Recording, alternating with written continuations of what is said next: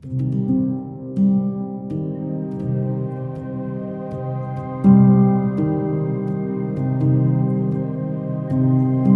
is Mehran Maleki, and the title of the article we want to talk about is comparing the ventral and dorsal streams based on encoded fMRI data evoked by natural images.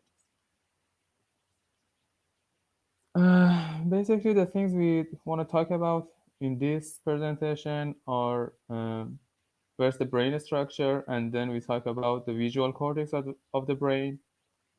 After that, we have a short review of functional magnetic resonance imaging method for recording brain activity. After that, we discuss the data set used in the research, and after that, we review the process of constructing the encoding model.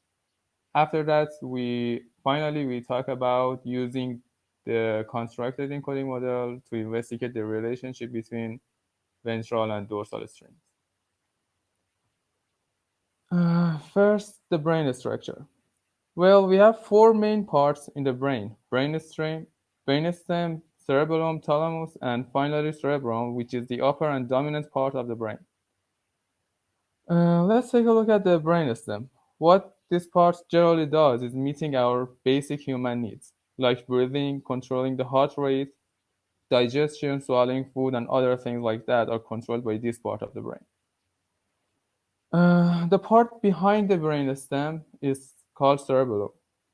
The main task of this part is motion control. For example, when we exercise, it is the cerebellum that is responsible for the coordination of our body. Or, for example, when we learn to ride a bike and we remember how to ride a bike, it is because of the cerebellum.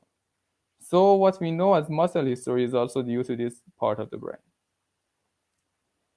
At the top of the brainstem, we have the thalamus. The main description that can be given to this part is the regulator of input sensory data to the brain. Well, different information from different parts of the body, such as eyes, ears, etc., enters the brain. It is the task of thalamus to send exactly every piece of data to its right part of the part for processing.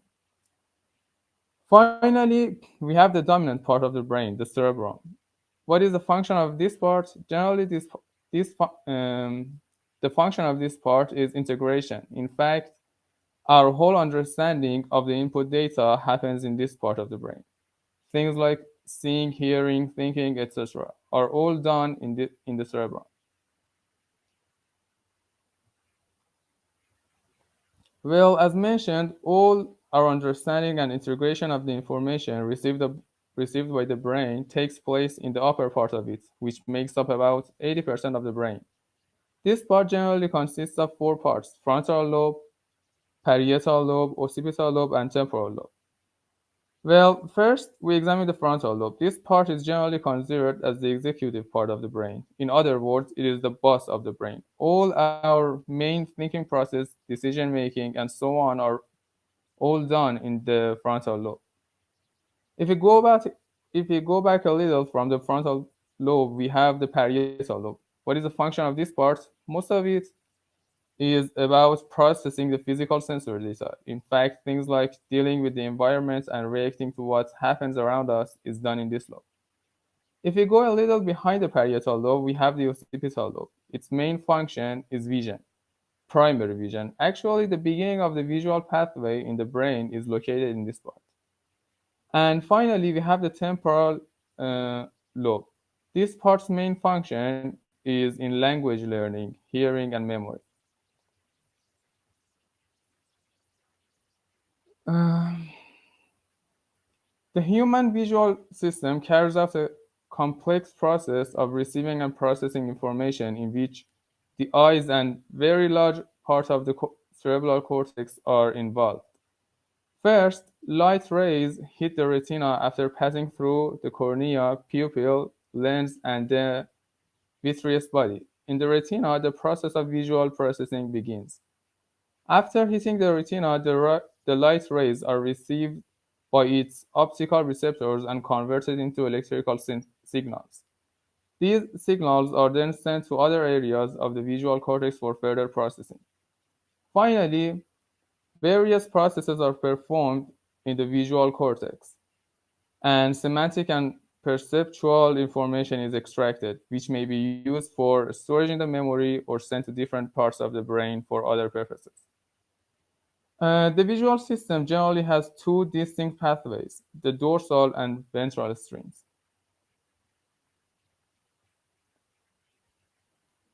First, the ventral stream. As shown in the picture, the ventral stream, which is shown in red, starts from the occipital lobe of the brain to the temporal lobe. This is why it is also called the temporal pathway. The main task of this stream is to process the object. Things like color, size, shape, and text are processed in this part. Um, the main regions of this stream are V1, V2, V4, and LO. Next, we have the dorsal stream.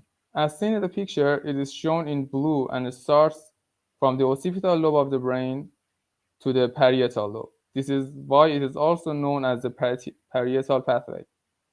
The main task of this stream is to detect motion and location of the object in a space, as opposed to the ventral stream, whose task was to detect the object itself.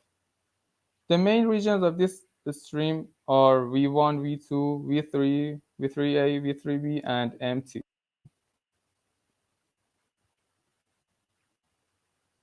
So far, we have explained the visual pathway in the brain and found that the visual information is processed in different parts of the brain. Now the question is how we can measure this processing and this brain activity in different areas.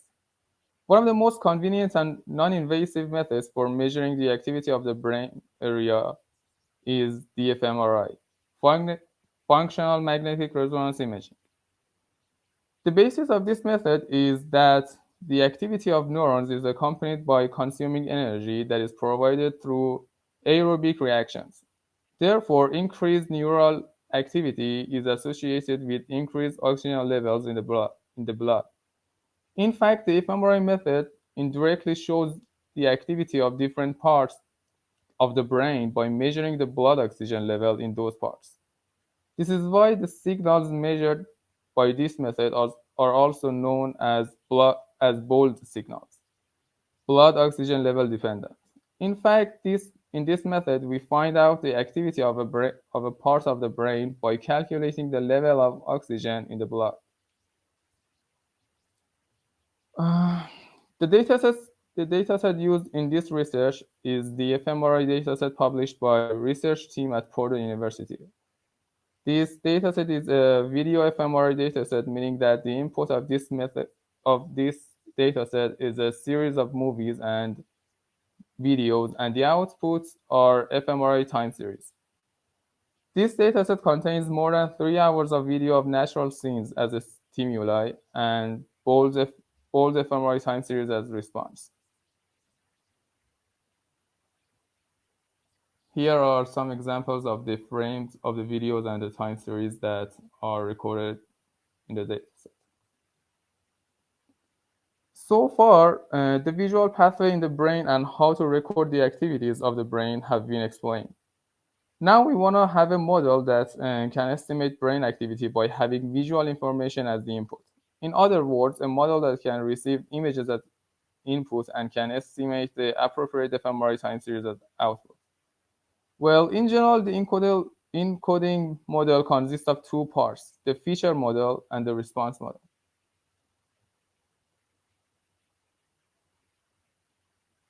The first component of the encoding model is the feature model, which converts the visual stimuli into a nonlinear representation. In fact, the input of the feature model is natural images, and the output is the feature maps. The feature map can be thought of an image, except that the pixels do not indicate the amount of light or color, but rather the degree to which a visual feature exists. The second component of the encoding model is the response model. The response model is usually considered linear. The input of this model is the feature maps extracted from the previous part, and its output is the estimated fMRI response.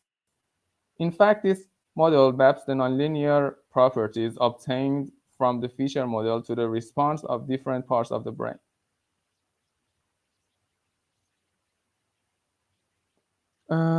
Well, the encoding model is not such that we have a general encoding model for the whole visual pathway. Actually, the visual pathway has different layers, and each layer is composed of tens of different voxels. So we need to construct a separate encoding model for each voxel. This is why it is called a voxel-wise encoding model. Um, Now we can begin the description of the encoding model that has been constructed in the research. First, we talk about the regions that have been studied in the ventral and dorsal streams. Then we talk about designing the feature model, and finally we design the response model. As mentioned before, the regions that are studied in the ventral stream are V1, V2, V4, and LO, and the regions studied in the ventral stream are V1, in the dorsal stream are V1, V2, V3, V3A, and V3B and MT. Uh, Designing the encoding model. Designing the encoding model generally consists of 5 different stages. First, we convert the videos to their constituent frames. Then we extract the features of each frame using the Alex and neural network. After that, we convolve the extracted features with the hemodynamic response function. After that, we equalize the rate of videos and the fMRI time series. And after that, we apply PCA to reduce the dimensional feature matrices. We totally have 23 8-minute videos, 18 as training videos and 5 as testing videos. And each video has 14,400 frames. After that, we use the Alex neural network for extracting the features of each frame. Here we can see the architecture of the AlexNet neural network. This network takes the colorful input image in the dimension of 224 by 224. In the first convolution layer, we have 64 kernels with the dimensions of 11 by 11 by 3. The second convolution layer receives the output of the first convolution layer as the input. It has 192 kernels with dimensions of 5 by 5 by 64. The output of the second layer of the convolution also enters the third layer of convolution, which has 384 kernels with dimensions of 3 by 3 by 192. The fourth layer has 256 kernels with a size of 3 by 3 by 384. And the fifth layer has 256 kernels with a size of 3 by 3 by 256. The output of the fifth convolution layer will enter the first fully connected layer. Each of the 3 fully connected layers also have 4,096, 496, and 1,000 neurons, respectively. Here is the output. You can see the output of each layer in the image. Mr. Maleki, you have 1 minute. 1 minute.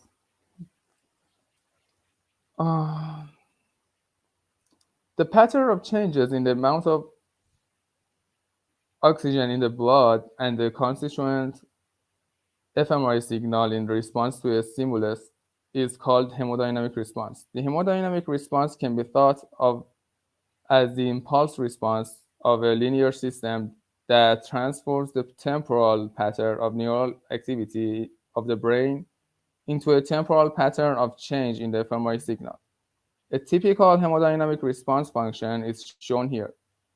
The response peaks approximately 5 seconds after stimulation, followed by an undershoot of approximately 30 seconds. And after the convolving the extracted features with hemodynamic response functions, the feature matrices for each video are shown in the picture. Uh, One of the problems that we have is that the rate of the videos is 30 frames per second, while the rate of fMRI sampling is 1 sample per 2 seconds. So here we need a downsampling to equalize the rate of videos and fMRI time series. After the downsampling, the feature matrices for each video are shown in the picture. So, Mr. Maliki, you might want to go to the conclusion slide because your time is over. Okay. The rest are the methods for constructing the model, and here are the final results. After the final results, we need to verify the final results, and we have compared the results to the most recent research. It is a little below the most recent research, but it is well enough to verify the model. Finally, we use the model to um, compare the visual pathways.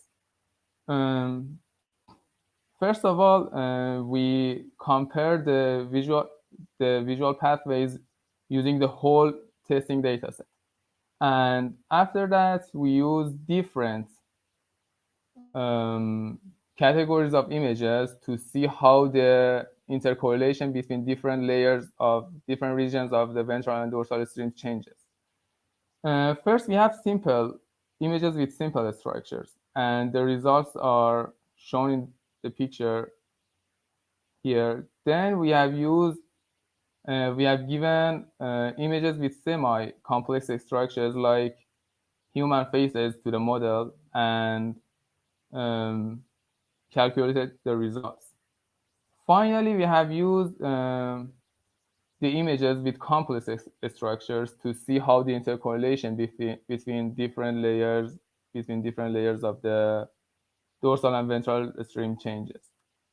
By analyzing the results, we can see that by going forward in the ventral and dorsal streams, the similarity between the two streams increases. And also, as the images become more complex, the similarity between the two streams increases significantly. Thank you. If you have any questions, I'll be willing to answer. Okay, thank you. Which group are you working with?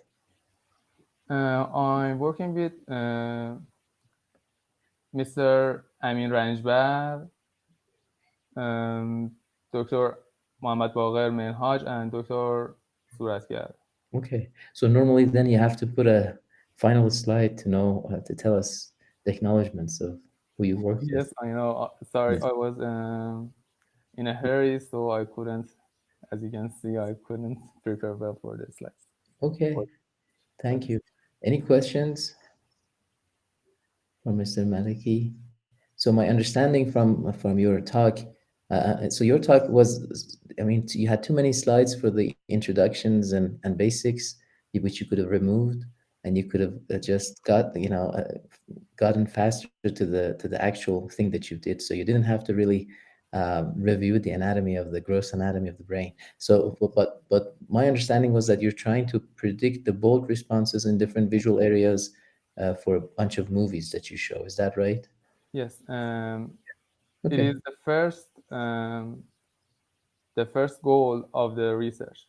Okay. And then we have the model, and we use the model for predicting the fMRI response for images with different categories. Right. Right. Like a cross validations, images that the model has not seen. Yes. Okay.